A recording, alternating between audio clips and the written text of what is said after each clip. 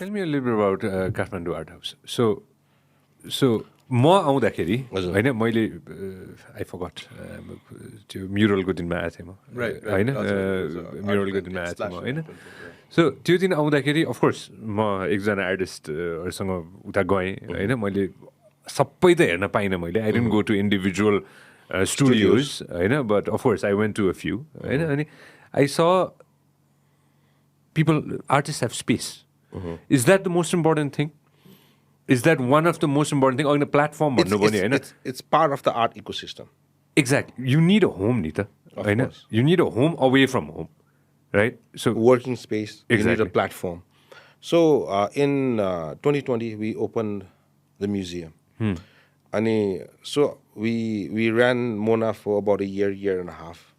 And there is an artist around Thimaka. And he said like तपाईँले त museum त खोल्नु भयो तर चाहिँ नि म्युजियमले कति आर्ट किन्छ होइन आर्टको लागि चाहिँ एउटा प्लेटफर्म चाहिन्छ where they can come and work where they can come and so हामीले चाहिँ नि काठमाडौँ आर्ट हाउस भनेर चाहिँ we establish something so in that building we have about 20 studios individual studios and to about 50% of the artists we give the space for free.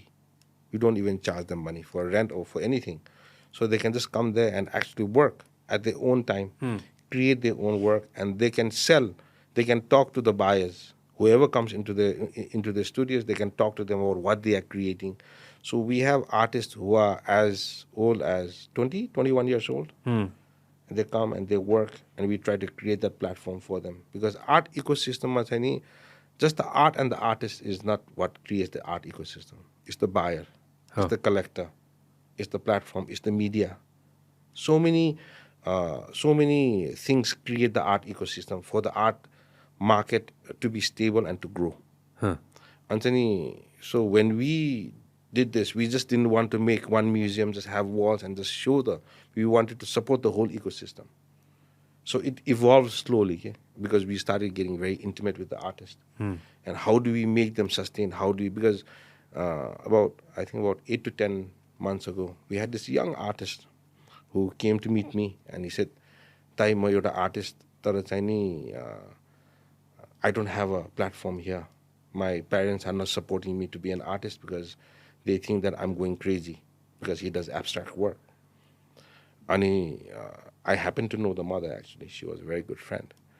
And dai malai chai ni, you give me a space and I will make sure that you will never be disappointed with me when I come. And I'd never seen his work, but I saw so much purity in what he was saying. And said, "La, tim polidekhi aau. La, this is the space. Tim paisa pani tinu parदैन के पनि गर्नु पर्दैन. Tim यहाँ आऊ, you come and work." And after 8 months, he's become one of the most famous young contemporary artists in Nepal. What's his name? Arnav Singh. And today he is actually in London. He got a internship in a university in London. And I don't know if I should say this, but I'm trying to actually, his artwork will most probably be picked up by one of the biggest museum in the UK. I cannot mention which name of the museum, but it's world's top 3 museum. World's top 3 museum ले चाहिँ नि नेपाली एकजना 22 वर्षको केटाको art चाहिँ नि most probably acquire गर्छ होला.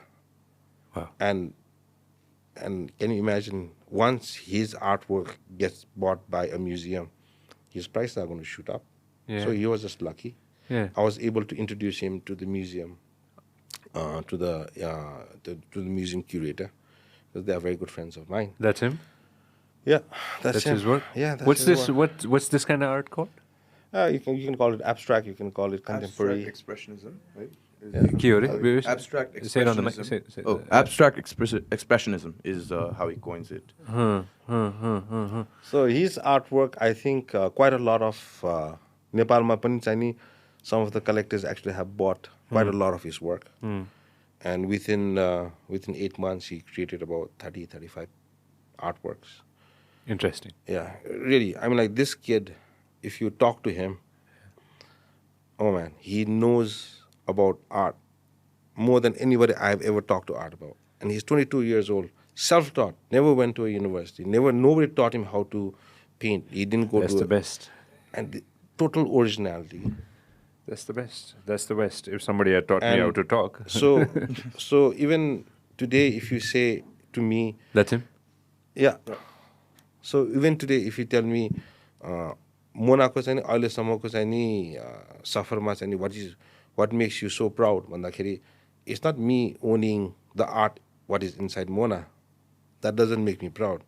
What makes me proud is when I see these kids doing what they like. And I felt that I have saved them from being somebody else. Because when a nation loses an artist, it loses a national treasure. Because भोलि गएर चाहिँ नि हाम्रो जेनेरेसनको चाहिँ नि representation is done through their work.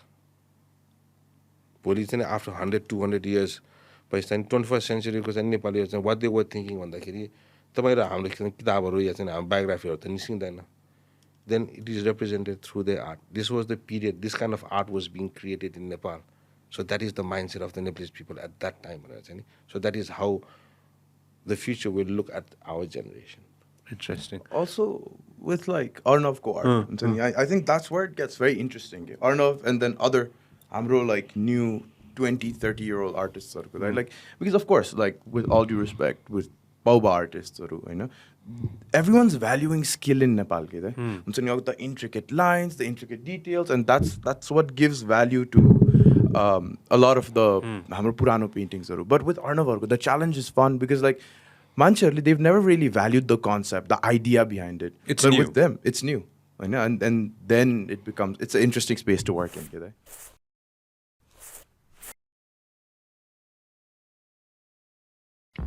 This program is brought to you by Vyas Studios. Thank you very much for supporting the podcast so far. And if you want to see more content, more shows, then make sure that you subscribe to our channel.